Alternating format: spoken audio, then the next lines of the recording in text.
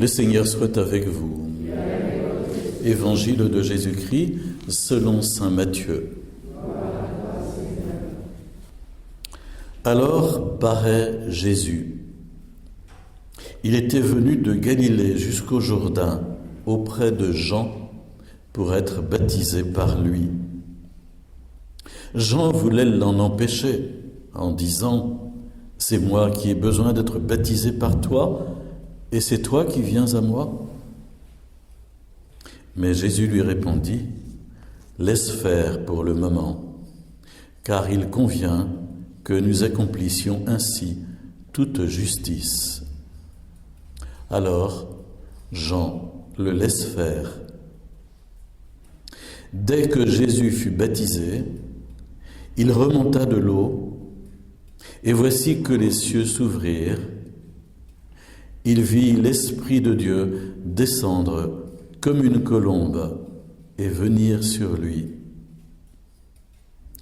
Et des cieux, une voix disait « Celui-ci est mon Fils bien-aimé, en qui je trouve ma joie. » La parole de Dieu. Louange à toi, Seigneur Jésus. Vous avez remarqué, comme je le disais au début de la messe, mais beaucoup de personnes sont arrivées après, que la scène du baptême du Seigneur est trinitaire. Jésus est le Fils présent parmi nous, le Fils fait homme. Et lorsqu'il reçoit ce fameux baptême donné par Jean-Baptiste, eh bien, on nous dit que les cieux s'ouvrent et l'Esprit descend sur lui comme une colombe. Le Fils est là, l'Esprit vient sur lui. Et puis également, on nous dit qu'une voix se fait entendre depuis les cieux. « Celui-ci est mon Fils bien-aimé, en qui je trouve ma joie. » C'est la voix du Père. Et donc cette scène du baptême du Seigneur rassemble la Trinité tout entière pour nous faire comprendre que tout ce qui va se passer maintenant, car c'est la première manifestation publique de Jésus, tout ce qui va se passer maintenant à travers la vie de Jésus, c'est assumé par la Trinité tout entière, le Père, le Fils et le Saint-Esprit. C'est intéressant pour nous de voir cela, pour nous dire que notre propre vie à nous, de baptiser, de fils de Dieu, fils et filles de Dieu, est à l'identique, c'est-à-dire que nous sommes en relation avec le Père des cieux. Sur nous repose l'Esprit de Dieu, que nous recevons particulièrement au baptême et à la confirmation, et nous sommes réellement fils de Dieu. Nous sommes saisis à l'intérieur même de la Trinité par la grâce du baptême qui fait de nous des fils de Dieu, et nous pouvons alors appeler Dieu Papa, Père, et nous pouvons être certains que la puissance du Saint-Esprit repose sur nous pour notre vie de tous les jours et notre témoignage à rendre à Jésus. C'est important ainsi de comprendre que le baptême nous met en relation avec la Trinité tout entière et que nous vivons avec la Trinité, pas seulement avec le Père, pas seulement du Saint-Esprit, pas seulement comme Fils de Dieu, mais les trois à la fois. Et puis il y a une seconde chose qu'on peut remarquer dans cet épisode, c'est que Jésus vient se mettre dans la file des personnes qui, à la voix de Jean-Baptiste, étaient secouées et voulaient faire une démarche de purification de leur vie. Alors ils venaient au bord du Jourdain, au désert, et là ils venaient recevoir le baptême de conversion que donnait Jean-Baptiste. C'est pas le sacrement du baptême, c'était une façon de signifier qu'on voulait vraiment être lavé, purifié de tout ce qui pouvait s'opposer à Dieu, en particulier pour accueillir celui qui doit venir et que Jean-Baptiste annonçait, à savoir le Messie. Et alors, Jean-Baptiste a cette surprise de voir son cousin Jésus venir recevoir ce baptême. Et il l'arrête en disant « Mais non, ça ne convient pas. ça ne va pas, c'est pas ça qu'il faut faire. Et il dit, c'est moi qui ai besoin d'être baptisé par toi. Et c'est toi qui viens à moi. Les choses sont à l'envers. Et Jésus va avoir cette réponse, laisse faire comme ça. C'est bien comme ça. Laisse faire pour le moment, car il convient que nous accomplissions ainsi toute justice, ce qui est juste.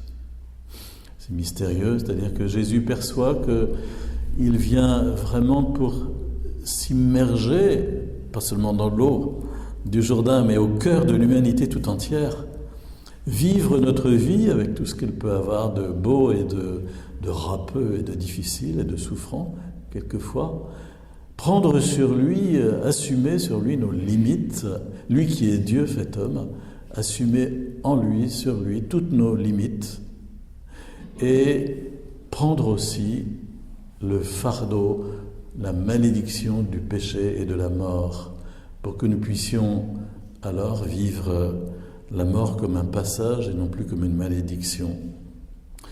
Mais évidemment, cela, Jean-Baptiste ne l'a pas encore vraiment perçu clairement, et c'est évident que, en venant se mettre dans la file des pécheurs, Jésus, qui est le pur de Dieu, l'agneau de Dieu, Jésus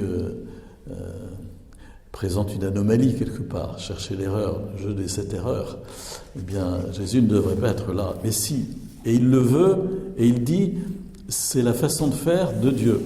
Ah, l'amour de Dieu est tel qu'il vient à nos côtés et il porte sur lui tout ce qui peut faire nos limites et nos faiblesses. Il ne reste pas en dehors ni à côté.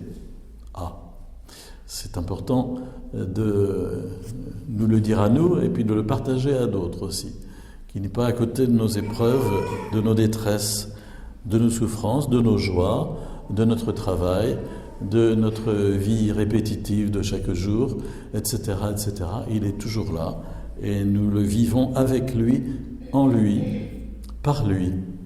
Et nous le disons à la messe le dimanche. N'oubliez pas, à l'offertoire, toujours, nous déposons tout ce que nous avons vécu pendant la semaine, notre travail, nos engagements, toutes les personnes qui nous tiennent à cœur, qui nous tiennent par le cœur quelque part, avec qui nous sommes en relation, et qui ne sont pas là ce matin, mais qui, voilà, que nous portons avec nous ici, que nous présentons au Seigneur.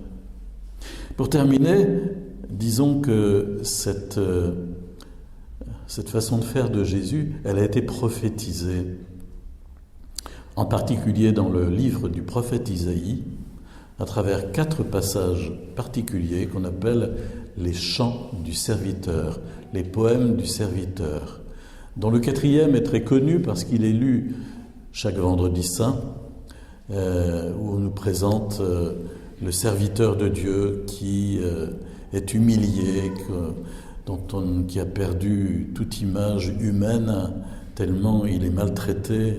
C'est ce beau passage que nous lisons le vendredi saint, qui est le 4e des poèmes.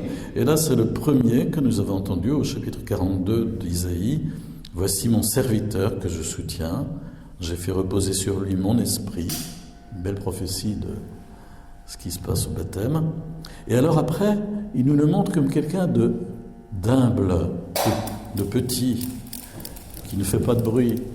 Et il ne criera pas, il ne haussera pas le ton, il ne brisera pas le roseau qui fléchit, il n'éteindra pas la mèche qui fume encore, qui faiblit. Il ne criera pas, etc. Il ne faiblira pas, il ne fléchira pas. Donc, il y a dans la Bible des traces très nettes d'un Messie d'humilité, doux et humble, comme dira Jésus. Malheureusement, les contemporains de Jésus et les Juifs en général n'ont pas compris cela et ils avaient dans la tête, vous savez, les schémas qu'on a en tête et les idéologies qu'on peut porter, c'est tout à fait vicieux.